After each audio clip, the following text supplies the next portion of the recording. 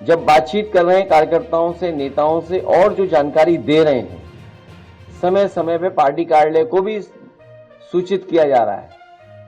अभी सुबह जब एक हमारे विधायक ने फोन किया, उन्होंने कहा कि जो बीएलओ हैं, जितना उन्हें सहयोग करना चाहिए वो सहयोग नहीं कर रहे हैं।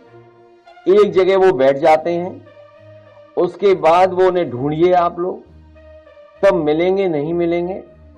लेकिन सच्चाई ये है, जब बिहार का चुनाव देख लिया, बिहार के बाद जो अखबारों में लिखा गया, सोशल मीडिया पे जो आया, या अन्य माध्यमों से जो जानकारी मिली है, वो जानकारी ये मिली है कि उत्तर प्रदेश और वेस्ट बंगाल में बड़ी तैयारी है भारतीय जनता पार्टी की, और चुनाव आयोग से मिलकर के है।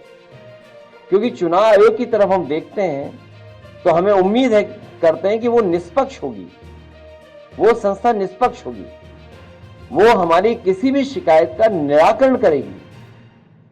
लेकिन सुनने में आ रहा है कि 2024 की हार के बाद सबसे ज्यादा भारतीय जनता पार्टी और चुनाव आयोग फोकस कर रहा है वेस्ट बंगाल पर और उत्तर प्रदेश पर, अन्य स्टेटों पे भी जहां पर बीजेपी की सरकार नहीं है, उदाहरण के लिए तमिलनाडु जहां चुनाव आने वाला है। लेकिन सबसे ज्यादा फोकस, सबसे ज्यादा टारगेट और टारगेटेड जो चीजें हो रही हैं वो उत्तर प्रदेश और वेस्ट बंगाल में हो रही हैं, जहां पर चुनाव आयोग से हमें उम्मीद थी। अगर आपको याद हो पत्रकार साथियों, कोई चीज ऐसी नहीं जो हम लोग कह रहे हो आउट ऑफ वे जाके कह रहे हो।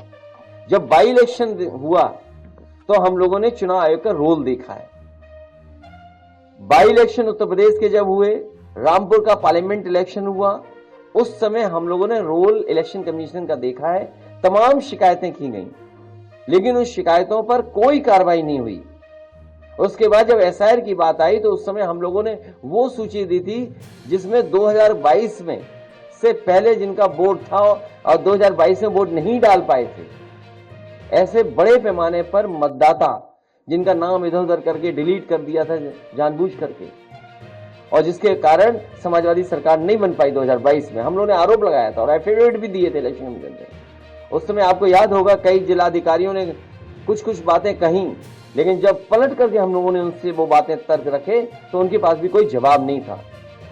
इसलिए जो तैयारी है, सबसे महत्वपूर्ण बात यह है कि भारतीय जनता पार्टी, उनकी सरकार, उनके अधिकारी और चुनाव आयोग मिलकर के ये तैयारी कर रहे हैं कि 2024 में जिन विधानसभाओं में समाजवादी पार्टी जीती है, इंडिया गठबंधन जीता है, उन विधानसभाओं में 50,000 से ज्यादा वोट काट दिया जाए एसआईआर के बहाने। यही यूपी में हो रहा है, यही वेस्ट बंगाल में तैयारी चल रही है। तो इसलिए हम लोग सावधान हैं। हम पॉलिटिकल लेवल पर, अपनी पार्टी के स्तर पर सभी कार्यकर्ताओं को आपके माध्यम से, अपने संगठन के लोगों को आपके माध्यम से ये अपील भी करते हैं कि पूरी जिम्मेदारी के साथ ये अपनी वोटर लिस्ट ठीक करें। जो वोट है, जो बनना चाहिए वो बनवाएं, बीएलओ से मिलकर के करें, और जहां कहीं नाकामी या जिस तरह की शिकायत मिले वो पार्टी कार्यालय तक जरूर पहुंचें। इधर जो शिकायतें मिली हैं, हम बड़े पैमाने पर शिकायतें हैं, मैं श्रीवास्तव जी जो ऑफिस में देख रहे हैं, मैं उनसे कहूंगा कि वो जरूर ब्रीफ करें